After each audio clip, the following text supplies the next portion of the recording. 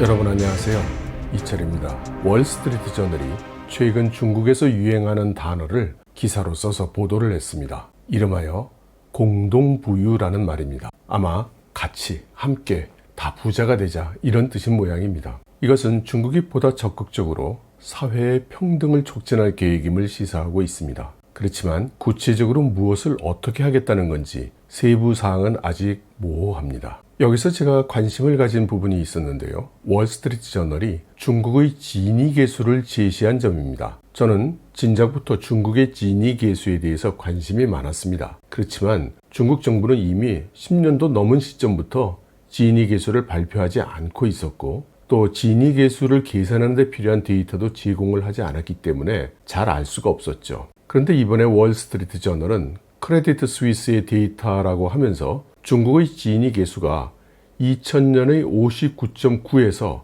2020년에는 70.4로 확대되었다고 했습니다. 아마 퍼센트를 표현한 것 같습니다. 이에 비해서 우리나라 통계청에 따르면 우리나라의 지니 계수는 2011년에 38.8%에서 지속적인 개선을 보여서 2019년도에는 33.9%를 기록했다고 합니다. 그렇다면 사회주의 국가인 중국이 자본주의 경제 체제인 우리나라보다 지니 계수가 2배가 넘는 것입니다. 지니 계수가 부의 불평등을 나타내는 그런 지표이니까 이것은 사회주의 국가인 중국이 자본주의 국가인 우리나라보다도 훨씬 경제적 불평등이 심하다는 것을 나타내는 것이죠. 일반적으로 지니 계수가 40% 이상이면 사회 불안을 야기한다고 해석을 하고요. 50% 이상이면 폭동과 같은 극단적인 사회 갈등이 초래될 수 있다고 본다고 합니다. 그렇다면 이 70.4라는 숫자가 얼마나 엄청난 숫자인지 우리가 알 수 있죠. 지난 6월에 있었던 매일경제의 보도 중에 보면 중국의 1984년 지니 계수가 0.227이었다고 이야기를 하고요. 2019년에는 0.495라고 그렇게 보도를 했습니다. 이 데이터의 자료원을 밝히지 않았기 때문에 스위스 은행의 데이터와 상호 비교는 할 수 없지만 이미 이 0.495라는 숫자도 폭동과 같은 극단적 사회적 갈등이 초래될 수준임에 틀림이 없습니다. 여기에 하나 더, 로이터도 중국의 지니 계수를 보도를 했는데요. 2008년도에 0.491에서 2015년에 0.461로 떨어졌다가 다시 반등을 해서 2018년에 0.468이 됐었고 2019년에는 0.465로 소폭 하락했다고 합니다. 상대적으로 이 스위스 은행의 지니 계수는 상당히 극단적인 숫자인데요. 저 개인적으로는 스위스 은행이 불과 300여 명의 중국인 고객으로부터 1조 달러가 넘는 현금을 유치한 경험이 그리고 그 과정이 반영된 것은 아닌가 그런 생각도 한번 해봅니다. 아무튼 이러한 지니 계수는 제가 그동안 품어왔던 하나의 추정을 보다 확신을 가지게 해주었습니다. 저는 그동안 중국의 PMI를 해설해드리면서 항상 종업원 지수를 말씀드린 바 있습니다. 왜냐하면 중국의 그 실업률이라는 것이 그 정의가 우리하고 좀 많이 다르기 때문에 우리 개념에서의 실업률과 일치하지 않기 때문입니다. 그런데 이 종업원 지수가 코로나19가 발발한 이후로 계속해서 악화되고 있었죠. 그리고 오늘 이 발표된 지니 계수들을 한번 보십시오. 뭔가 느껴지지 않으십니까? 외부로는 강력한 초강대국의 모습으로 그리고 상당히 고압적인 자세로 나타나고 있는 중국의 기초에는 어쩌면 사회적 안정 자체가 위협받고 있는 그런 상황일 수도 있다는 생각이 드는 것입니다. 그리고 이것은 최근에 진행되고 있는 일련의 자국 민간 대기업에 대한 압박 조치, 이것을 중국 공산당에서 왜 하고 있는가, 이것도 어느 정도 설명해 준다고 생각합니다. 우리에게까지 알려지고 있지는 않지만 어쩌면 중국 사회 곳곳에 사회 불만 그리고 사회가 불안정한 그런 상황이 일어나고 있는 것은 아닐까 그런 생각도 드는 것입니다. 아무튼 이제 중국 당국에서 자주 이야기하고 있는 이 공동부유, 이것은 전제로서 빈부 차이를 인정하는 개념이라고 할 수 있습니다. 그리고 당초 중국이 개혁 개방을 시작할 때 시장 경제를 도입하게 되면 빈부 차이를 가져올 거라는 지적은 이미 있었습니다. 거기에 대한 덩샤핑의 대답은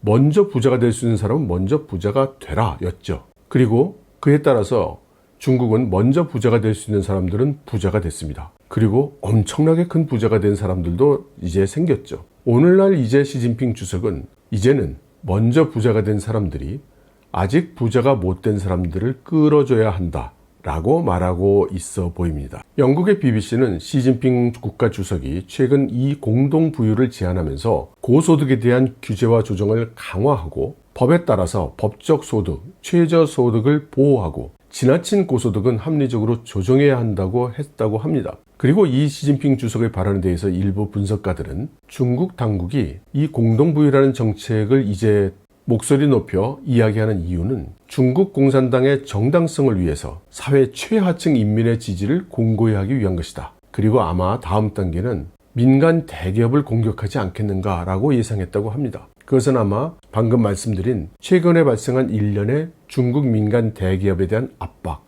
이것을 고려한 예상이겠죠. 이 공동부유라는 말 다음에 시진핑 주석은 3차 분배라는 말을 꺼냈습니다. 이것이 무슨 말인가 상당히 생경해서 들여다보니까 1차 분배는 시장 원칙에 따른 부의 분배, 그러니까 능력에 따라서 많이 벌 수 있는 사람 많이 벌고 적게 버는 사람 적게 버는 이러한 분배를 1차 분배라고 하고요.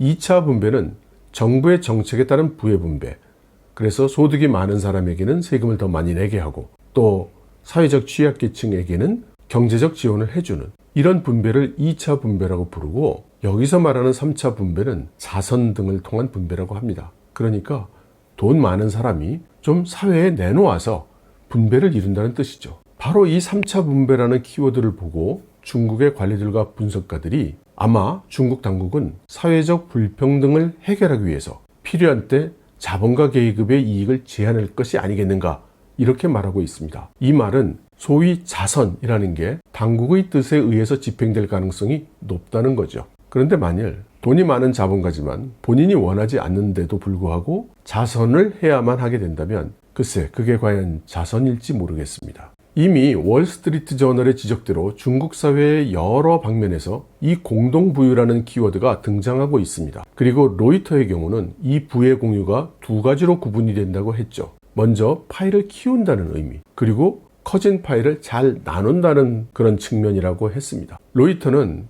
시진핑 주석이 이 파이를 키우는 부분을 고품질 발전이라는 키워드로 표현을 했고, 이 파이를 나누는 분배에 해당되는 것을 소득 분배 격차를 하기 위한 공동부유라는 키워드를 사용했다고 말을 하면서 아마 앞으로 양도소득세, 상속세, 부동산세 이러한 세금들이 단계적으로 부과가 되고 주택, 교육, 의료 등 기본적인 사회 안전망을 계속해서 강화해 나갈 것으로 그렇게 예상을 했습니다. 월스트리트 저널이 전하는 바에 따르면 빌 비칼레스 전 중국 유엔 수석 이코노미스트는 시진핑 주석이 소득 격차를 좁히고 고품질 개발로 전환을 해서 국내외에서 중국 공산당의 이미지를 재편하려 하고 있다고 합니다. 비칼레스는 시진핑 주석이 원하는 것은 사회주의가 모든 사람을 돌보는 데 있어 서구 자본주의보다 우월하다는 것을 증명해내기를 원한다는 거죠. 꾸어성정첸의 수석 거시 분석가 총위안은 공동부유를 지향하는 다양한 개혁을 추진하는 것은 지금은 물론 앞으로도 장기적으로 최우선 과제가 될 가능성이 높다고 했습니다. 이미 언제나와 마찬가지로 중국의 정책이라는 것은 어느 날 갑자기 나오지 않습니다. 조금씩 키워드가 나오고 그것이 뒤이어 거론이 되다가 어느 순간에 크게 확대되죠. 이 공동부유라는 개념도 사실 몇 년 전부터 키워드는 나타나고 있었습니다. 그리고 금년 3월에 정부 업무 보고 그리고 4월 말에 있었던 정치국 회의에서 모두 공동부유를 촉진하기 위한 행동 강령을 마련하라 라는 그런 말이 나왔었죠. 그러니까 그때 나왔던 구체적인 행동 강령을 마련하라는 그 지시가 이제 현실화되기 시작한 것으로 보입니다. 얼마 전 8월 20일에 중앙재정경제위원회 회의에서 시진핑 주석을 비롯한 중국의 지도부는 중산층 비중 확대, 저소득층 소득 증대, 고소득의 합리적 조정, 불법 소득의 금지, 이러한 방법을 통해서